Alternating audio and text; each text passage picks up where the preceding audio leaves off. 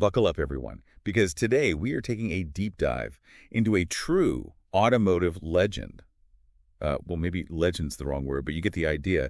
We're talking about the Pontiac Aztek, Oh, the Aztek. a car so aesthetically offensive it could make a blind man cringe. I mean, we're not just talking bad design here. This is an automotive train wreck of epic proportions. You know, it's funny you should say that because I was just thinking about how the Aztek really is in a league of its own when it comes to automotive ugliness. Yeah. It's almost impressive how they managed to make something so visually jarring. It's like they gathered up all the worst design trends of the early 2000s, threw them into a blender and said, let's see what happens. And the result was this Frankensteinian monster of a car that looks like it was designed by a committee of people who had never actually seen a car before. Yeah, and the funny thing is that the Aztek actually wasn't a total failure in terms of its mechanics. I mean, it had a decent engine and some innovative features for its time. That's right. Like it had that removable center console that doubled as a cooler, which I guess was supposed to be for tailgating or something. Yeah, but the problem is that all that functionality was completely overshadowed by the car's absolutely horrendous design. I mean, seriously, where do we even begin with this thing? Let's start with that front end, which looks like it was designed by a committee of angry beavers with a grudge against right angles. Oh, those headlights. They look like the car is perpetually surprised or maybe even a little bit scared of its own reflection. And don't even get me started on that grille. Yeah. It looks like an afterthought, like they just slapped it on at the last minute because they realized they forgot to put a grille on the car. And speaking of afterthoughts, what's with all that plastic cladding? It's like they were trying to cover up the car's ugliness with even more ugliness. It's as if they knew how bad the design was, and they were like, well, let's just throw some random plastic bits on there and hope nobody notices. But of course, everybody noticed, because you can't just hide a monstrosity like the Aztek behind a few pieces of plastic. And the sad thing is that the Aztek was actually marketed as an adventure vehicle, which is just hilarious when you think about it. Yeah. Right, like, hey, let's take this car that looks like it was designed to blend in at a junkyard and market it to people who want to go off-roading and explore the great outdoors. It's like they were trying to sell a minivan to mountain climbers or a station wagon to surfers. But you know what? Despite all of its flaws, the Aztek has achieved a certain level of cult status over the years. It's true. There's a certain ironic appreciation for its sheer awfulness. It's like the Ed Wood of cars, so bad it's good. Exactly. People love to hate it. And you know what? I can't blame them. The Aztek is a car that deserves to be roasted. That's exactly what we're going to do today. So buckle up, folks, because we're about to take a deep dive into the design disaster that is the Pontiac Aztek. And trust me, it's going to be a wild ride. Oh, yeah. We're just getting started. We're going to be dissecting every awkward angle, every bizarre design choice, every questionable feature of this automotive abomination. So if you're a fan of bad car design or just enjoy a good laugh, then you've come to the right place. But before we really dive into the nitty-gritty details of the Aztek's exterior, let's take a step back and talk about the car's overall concept. Because believe it or not, the Aztek was actually supposed to be a groundbreaking vehicle. That's right. It was designed to be a crossover SUV that combined the best features of a minivan, a station wagon, and an SUV. But somewhere along the way, something went horribly wrong. And the result was a car that looked like it was designed by a committee of people who had never actually seen any of those vehicles before. It's like they took all the worst aspects of each vehicle type and mashed them together into this Frankensteinian monstrosity. It's like they were trying to create the automotive equivalent of a turducken, but they forgot to take the feathers off the chicken. And speaking of the chicken, let's talk about the Aztek's rear end, which is easily one of the most unfortunate automotive designs in history. I hesitate to even call it a rear end. It's more like a rear-ended, if you know what I mean. Yeah, that horizontally split tailgate is just baffling. Who thought that was a good idea? It's like they were trying to design a car for people who enjoy playing Tetris with their cargo. And let's not forget about those bizarre plastic cladding panels on the bumper.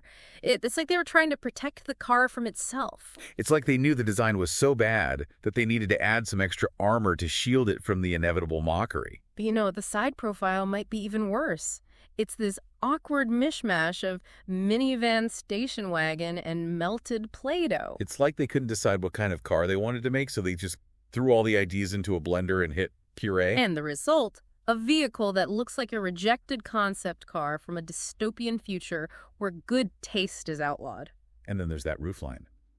It slopes down so dramatically, that makes the Aztek look like it's constantly slouching, burdened by the weight of its own terrible design. It's like the car is trying to hide from the world, ashamed of its own existence. And could you believe they actually tried to market this thing as an adventure vehicle? Oh, yeah, I remember those commercials. They showed the Aztek driving through forests and over mountains as if it was some kind of rugged off-road machine. It's like they were trying to convince people that this plastic-clad monstrosity was the perfect vehicle for exploring the great outdoors. Yeah, good luck trying to navigate a rugged mountain trail in this thing. It would be like trying to climb Mount Everest in a pair of Crocs. And let's not forget that tent accessory they offered. It attached to the back of the Aztek and was supposed to turn it into some kind of mobile campsite. Yeah, a mobile campsite that screams, "I've given up on life and embraced mediocrity." Can you imagine pulling up to a campground in an Aztek with that tent attached? You'd be the laughingstock of the entire wilderness. The other campers would be like, "Honey, get the bear spray. That thing is scaring the wildlife." But you know what's really sad? The Aztek wasn't a complete mechanical failure. It actually had a decent engine and some innovative features for its time. Yeah, it's true. It had a fairly spacious interior and even offered things like OnStar and a heads-up display.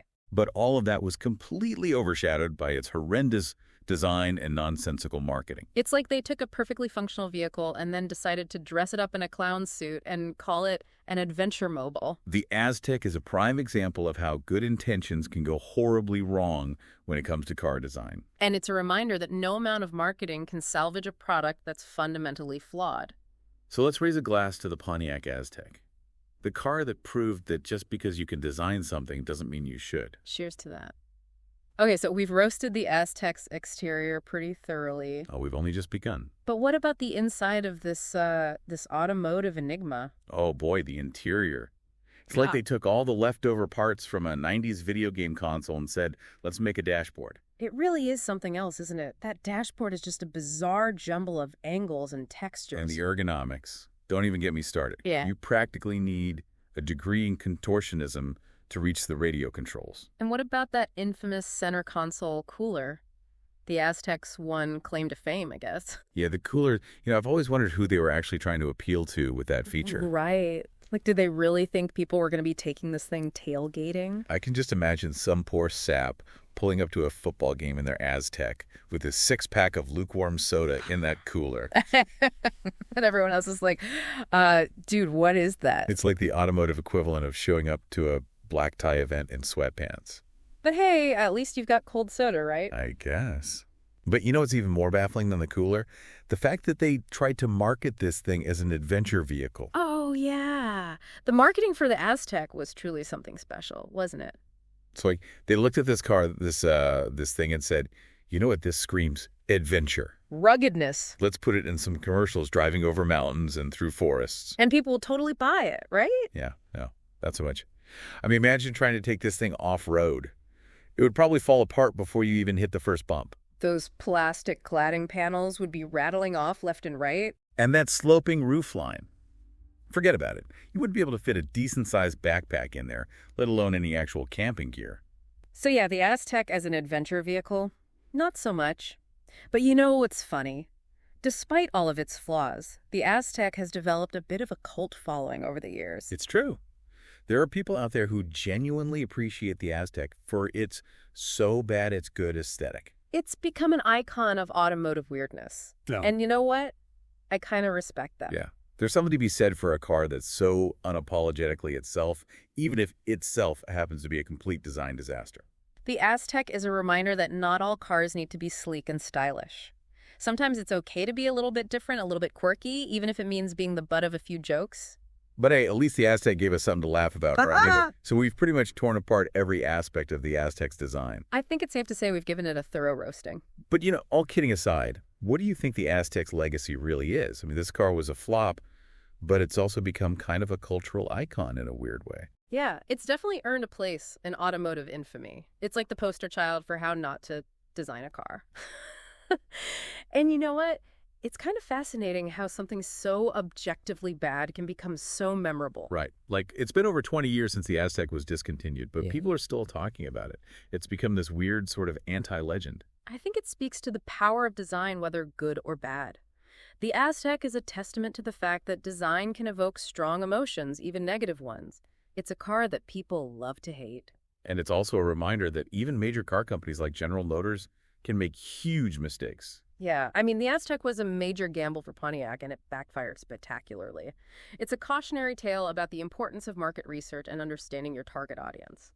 I think it also highlights the dangers of trying to be too many things at once. The Aztek was trying to be a minivan, an SUV, a station wagon, all rolled into one, and it ended up being none of those things particularly well. Yeah, it was like a jack of all trades, master of none. And it's a shame because under all that ugliness, the Aztek actually had some decent features.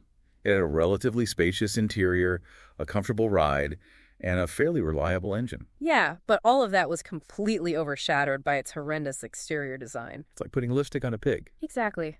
No amount of lipstick could save the Aztek. So what can we learn from the Aztek's spectacular failure?